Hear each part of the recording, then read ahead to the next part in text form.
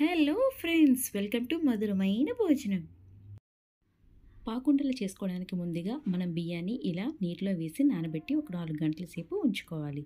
ఇలా నానిన తర్వాత వీటిని మిక్సీ పట్టించుకోవాలి, లేకపోతే గ్రైండ్ చేసుకొని మెత్తని పౌడర్గా చేసుకుంటే తడి బియ్యం అవుతుందండి. అలానే పాకుండల కోసం 1/2 కేజీ బెల్లం అలాగే పావు పంచదార తీసుకోవాలి. ముందుగా స్టవ్ మీద వెడల్పాటి ఒక గిన్నె తీసుకొని పెట్టుకోండి. అలానే బెల్లాన్ని ముక్కలు చేసి ఇలా గిన్నెలో వేసుకోవాలి. ఇప్పుడు అందులోని షుగర్ కూడా యాడ్ చేసుకొని ఇందులో తగినంత వాటర్ వేసి బెల్లాన్ని పూర్తిగా కరగనివ్వాలి.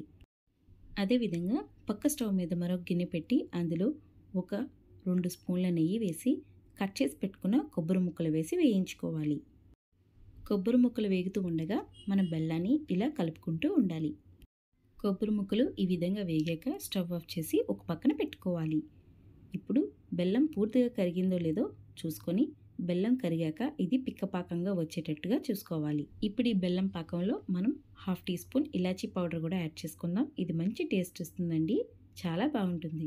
మీకు పిక్క పాకంలా రావాలి అని చెప్పాను కదా, అది ఎలా వస్తుందో తెలుసుకోవాలంటే ఒక గిన్నె తీసుకొని అందులో వాటర్ వేసి మనం ఇలా మరిగిన పాకాన్ని ఆ గిన్నెలో వేసుకోవాలి.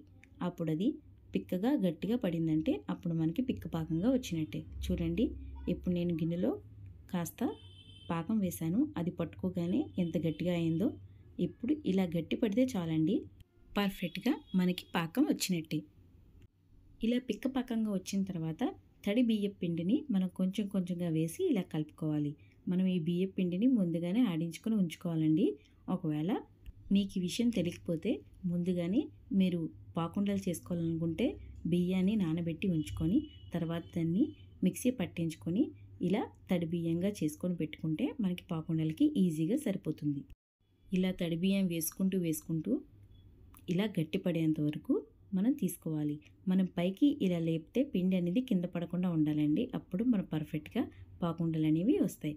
ఒకవేళ మీకు కావాలంటే ఇంకొంచెం పలచగానే చేసుకోవచ్చు.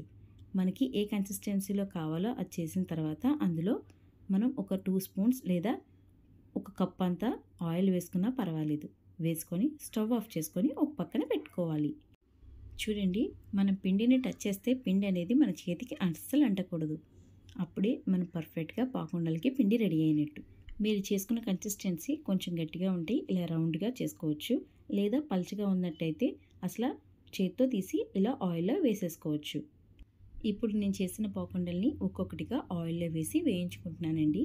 మనం పల్చగా చేసుకున్నట్టయితే పాకుండ ఇలా వేసిన వెంటనే చక్కగా వేగిపోతుంది. కానీ చల్లారిన తర్వాత మాత్రం లోపల మెత్తగా ఉంటుందండి. కానీ ఇవి కాస్త క్రిస్పీగా తినడానికి చాలా బాగుంటాయి కూడా.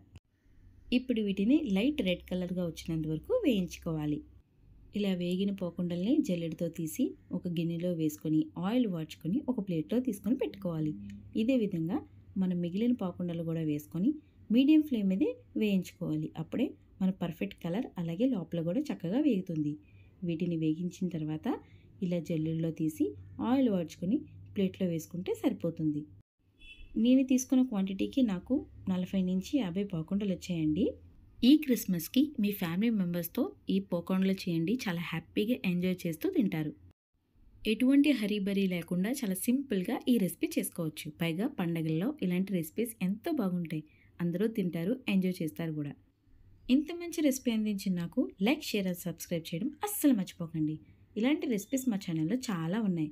మీకు నచ్చింది ట్రై చేయండి, ఎలా వచ్చిందో నాకు చెప్పండి. మరొక కొత్త రెసిపీతో మీ ముందుకు మళ్ళీ వస్తాను. అంతవరకు బాయ్, టేక్ కేర్.